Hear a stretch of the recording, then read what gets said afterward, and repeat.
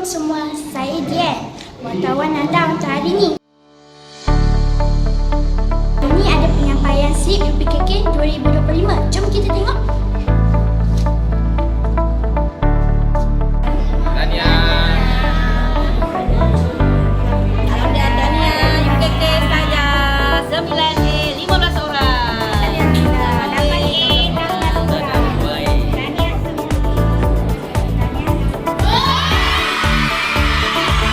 Alhamdulillah, syukur kehadirat Allah SWT kerana dengan izinnya kita dapat bersama-sama dalam Majlis Penyerahan Slip Peperiksaan UPKK tahun 2025 Sekolah Kebangsaan Taman Tasik Jaya.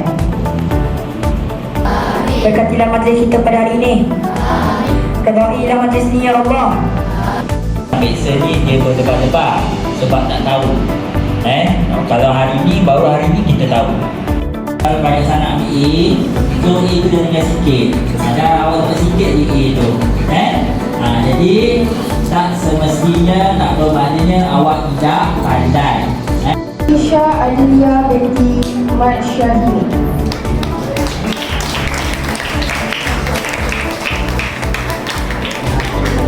Murfan bin Muhammad Zafir Razman. Pertama, Ahmad Zarif Zudi bin Muhammad Ashraf.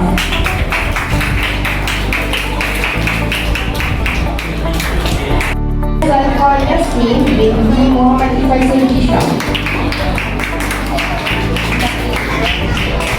UPKK 9A. Kita silakan. Adam Mikael bin Muhammad Fuad.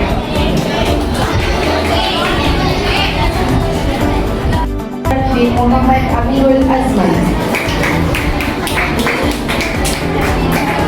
Assalamualaikum Ustazah. Saya Dian dari Industri BPSS. Boleh saya tanya soalan?